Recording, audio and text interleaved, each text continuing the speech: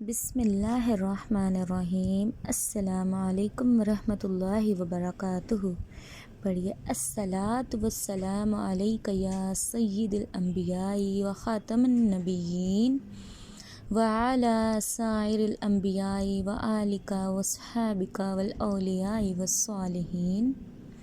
آج میں آپ کو بتاؤں کہ بیت ہونا انسان کی زندگی میں کس قدر اہمیت کا حامل ہے، یعنی کہ بیت ہونا انسان کے لیے کتنا ضروری ہے۔ تو پھر سنیے، قرآن پاک میں اللہ تعالیٰ ارشاد فرماتے ہیں کہ اے ایمان والو، اللہ سے ڈرو، اس کی طرف وسیلہ ڈھونڈو اور اس کی راہ میں جدوجہد کرو، اس امید پر کہ فلاح پاؤ۔ اور میرے مرشد پاک حضور خواجہ جی سرکار کا فرمانے عالی شان ہے کہ کسی مرشد کامل کے ساتھ تعلق ہو جانا دنیا کا سب سے بڑا عہدہ ہے، اور اگر اس کے مقابلے میں کسی کو پوری دنیا کا بادشاہ بھی بنا دیا جائے تو وہ عہدہ بھی اس کے سامنے کم ہے۔ اور کسی ولی کامل سے محبت رکھنے والا قیامت کے دن نبی پاک صلی اللہ علیہ وسلم کے ساتھ ہوگا۔ کسی پیر سے بیعت ہونے سے پہلے اچھی طرح تسلی کر لیں کہ آپ کہیں غلط جگہ بیعت تو نہیں ہو رہے، کیونکہ یہ زندگی کا بہت ہی اہم فیصلہ ہوتا ہے۔ اس لیے سب سے اہم بات دیکھنے کی یہ ہے کہ پیر از خود بھی شریعت کی پابندی کی کوشش کرتا ہو اور اپنے ارد گرد لوگوں کو بھی شریعت کی پابندی کی تبلیغ و تلقین کرتا ہو۔ بعض لوگ شریعت کی پابندی سے دو نام نہاد پیر کہلانے والوں کی بیعت کر لیتے ہیں، حتیٰ کہ بعض بے وقوف اور جاہل لوگ تو ایسے گمراہ لوگوں کی بیعت کر لیتے ہیں کہ جو کھلم کھلا اپنے مریدوں کو فرض نمازوں کی پابندی سے روکتے ہیں اور شریعت کے خلاف چلنے کی تلقین کرتے ہیں۔ کہ اللہ تعالیٰ انہیں عقل عطا فرمائے، آمین ثم آمین۔ یاد رکھیں کہ بیعت صرف اور صرف شریعت پر عمل کرنے اور کروانے کی کوشش کرنے والے کسی صاحب فیض بزرگ ولی اللہ سے ہوتی ہے۔ جو شریعت کے خلاف چلے اس کی بیعت کرنا ہی جائز نہیں ہے، اور اگر آپ کسی ایسے شخص کے بیعت بھی ہو جاتے ہیں تو آپ کی بیعت ہی نہیں ہوئی۔ لہٰذا جب آپ کو عقل آ جائے تو بغیر دیر کیے اس کو چھوڑ کر کسی صاحب شریعت اور صاحب طریقت پیر کی بیعت اختیار کر لیں۔ بس سمجھ لیں کہ جو شریعت کی پابندی نہیں کرتا وہ آپ کو اپنے ذہن سے جتنا مرضی بڑے سے بڑا ولی اللہ محسوس ہو، لیکن پھر بھی اس سے دور رہیں۔ اس لیے بزرگان دین فرماتے ہیں کہ اگر کوئی تمہیں کرامات بھی دکھائے، حتیٰ کہ ہوا میں اڑ کر بھی دکھائے، لیکن شریعت کے خلاف ورزی کرتا ہو تو اس شخص سے بچنے کی کوشش کرو، بلکہ اس کے شہر سے باہر چلے جاؤ کہ اس کی حرکتیں دیکھ کر کہیں تمہارا دل اس کی طرف راغب نہ ہو جائے۔ اس سلسلے میں جن لوگوں کا نقطہ نظر غلط ہوتا ہے اور دین کا علم نہیں رکھتے، وہی غلط اور نام نہاد پیروں کے جاہل میں پھنستے ہیں، کیونکہ اکثر لوگوں کا ذہن یہ ہوتا ہے کہ جس نے کوئی مسئلہ حل کر دیا یا کوئی تکلیف ٹھیک کر دی تو وہ لازم کوئی ولی اللہ ہی ہے، اور حقیقت میں وہ چاہے مسلمان بھی نہ ہو، کیونکہ اکثر ایسے لوگ جادوگر اور عاملین ہوتے ہیں کہ جو شیطان کے چیلے اور شاگرد ہوتے ہیں، حتیٰ کہ زیادہ تر کھلم کھلا کفر بھی کرتے ہیں۔ اس لیے یاد رکھیں کہ صرف اور صرف دنیاوی فائدہ پہنچانے والا ولی اللہ نہیں ہوتا، بلکہ وہ کوئی کافر یا جادوگر یا عامل بھی ہو سکتا ہے۔ اللہ تعالیٰ کا ولی اور مرشد درست عقائد کا مالک، شریعت کا پابند اور دین پر عمل کرنے والا اور کروانے والا ہوتا ہے، اور پھر صاحب طریقت اور صاحب فیض اور صاحب ولایت ہوتا ہے۔ لہٰذا جب آپ کی کیفیت درست ہوگی تو اللہ تعالیٰ آپ کو کسی نہ کسی ولی اللہ کا تعلق عطا فرما دے گا۔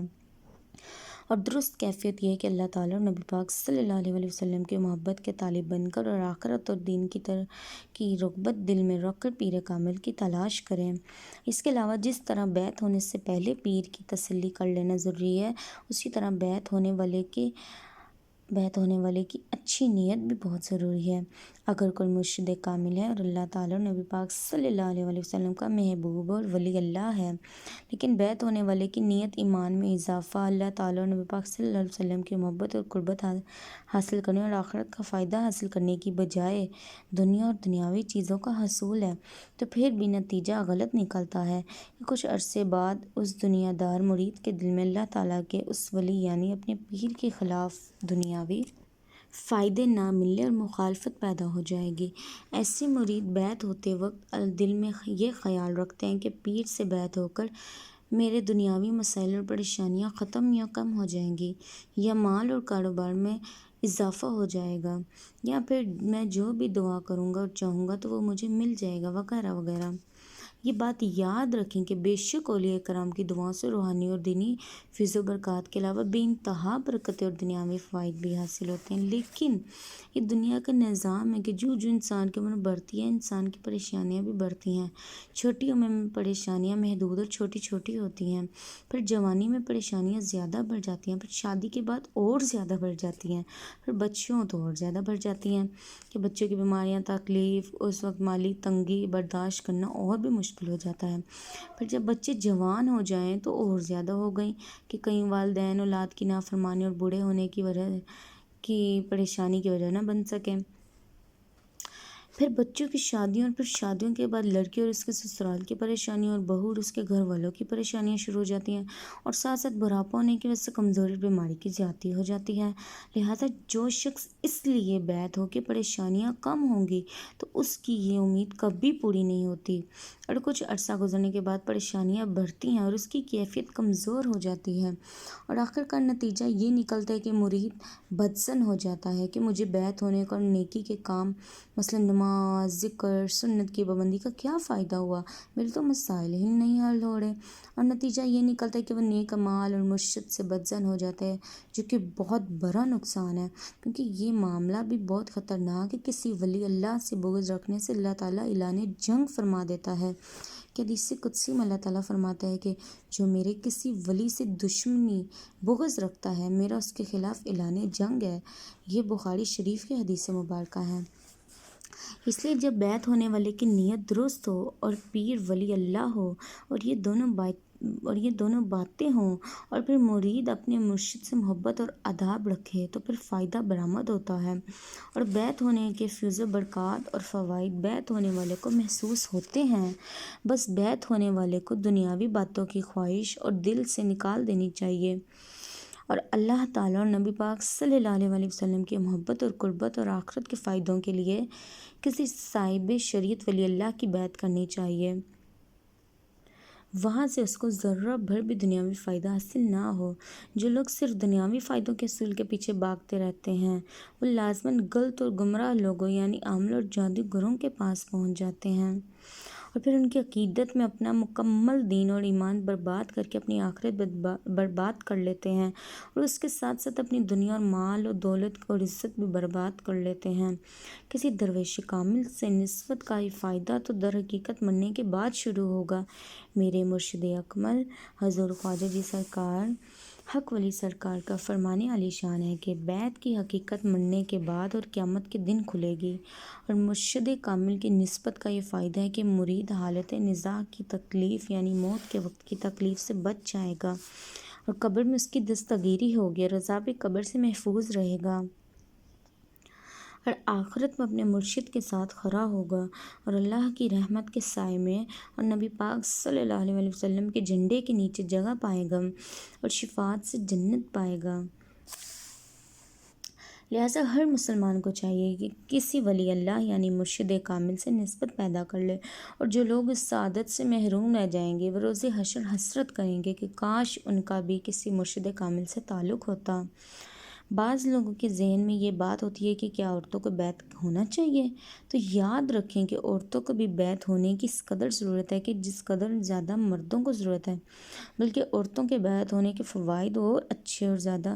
ہوتے ہیں، حتیٰ کہ اگر شادی سے پہلے بیعت ہو تو ان کی اولاد میں بھی اس روحانی فیض کے اثرات منتقل ہو سکتے ہیں۔ قرآن مجید میں خصوصاً عورتوں کا ذکر فرما کر نبی پاک صلی اللہ علیہ وسلم کو ارشاد فرمایا کہ آپ ان سے ضرور بیعت لیں، کہ اللہ سبحانہ تقدس نے ارشاد فرمایا کہ اے نبی صلی اللہ علیہ وسلم، جب تمہارے حضور مومن عورتیں ظاہر ہوں پر بیعت کرنے کو کہ اللہ کا کچھ شریک نہ ٹھہرائیں گے اور چوری نہ کریں گے اور بدکاری نہ کریں گے اور اپنی اولاد کو قتل نہ کریں گے اور نہ وہ اپنے ہاتھوں ٹانگوں کے درمیان کوئی بہتان اٹھائیں گی اور کسی نیک بات میں تمہاری نافرمانی نہیں کریں گی تو ان سے بیعت لو اور اللہ سے ان کی مغفرت چاہو، بے شک اللہ بخشنے والا مہربان ہے۔ یہ سورۃ الممتحنہ کی آیت نمبر 12 کا ترجمہ ہے۔ اس کے علاوہ بعض لوگوں کے کہ خیال میں یہ ہوتا ہے کہ جہاں شوہر بیعت ہے بیوی بھی خود اس پیر کی بیعت ہوگی یا اس کا بھی اسی پیر کا بیعت ہونا پڑے گا. یہ بات غلط ہے، کیونکہ بیعت ہونا ہر ایک کا اپنا الگ معاملہ ہے. لہٰذا دنیا میں بھی دونوں میاں بیوی اکٹھے ایک جگہ پر بھی بیعت ہو سکتے ہیں، اور شوہر کسی اور جگہ اور بیوی کسی اور جگہ بیعت ہو سکتی ہے. اسی طرح اولاد کا معاملہ ہے کہ ماں باپ کہیں اور اولاد کہیں اور بیعت ہو سکتی ہے، اور بہن بھائی بھی الگ الگ جگہوں پر بیعت ہو سکتے ہیں. سب لوگ اکٹھے ایک جگہ پر بھی بیعت ہو سکتے ہیں. اللہ تعالیٰ تمام مسلمانوں کو اولیاء کرام کی محبت اور نسبت عطا فرمائے، اور کسی مرشد کامل کی بیعت و نسبت عطا فرمائے. آمین ثم آمین. امید کرتی ہوں آپ کو میری ویڈیو بہت اچھی لگی ہوگی، تو پلیز آپ میرے چینل کو سبسکرائب کر دیں اینڈ بیل آئیکن کو دبا دیں تاکہ ہر آنے والی نئی ویڈیو سے آپ لوگ باخبر رہ سکیں.